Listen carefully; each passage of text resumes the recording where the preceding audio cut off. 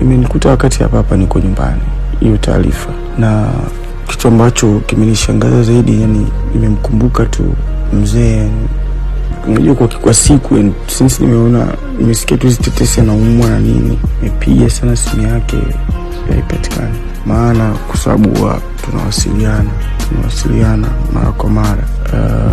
Nimekuta yani wakati namposti watu wakaanza kuongea vitu, yani uzuri ni kwamba walikuwa wengi wanamtakia kheri ya afya njema, wakawa wanaitikia amina amina amina amina. Lakini sasa in 10 minutes after nilikuwa nimeshuka chini, so kupanda juu napishana mdogo wangu kwenye ngazi, ananiambia mzee mfariki, Mama Samia ametangaza sasa hivi. Nikamwambia no, haiwezekani. But nikaja kuona video, ni kweli hapo.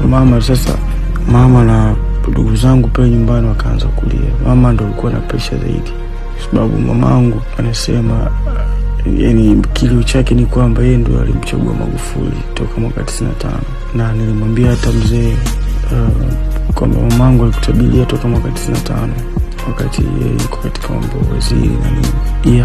Kama 95 au 2005 nakumbuka kipindi hicho. Yes, 2005. Yes. Kwa hivyo nimeguswa sana kwa kweli, kama Watanzania wengine.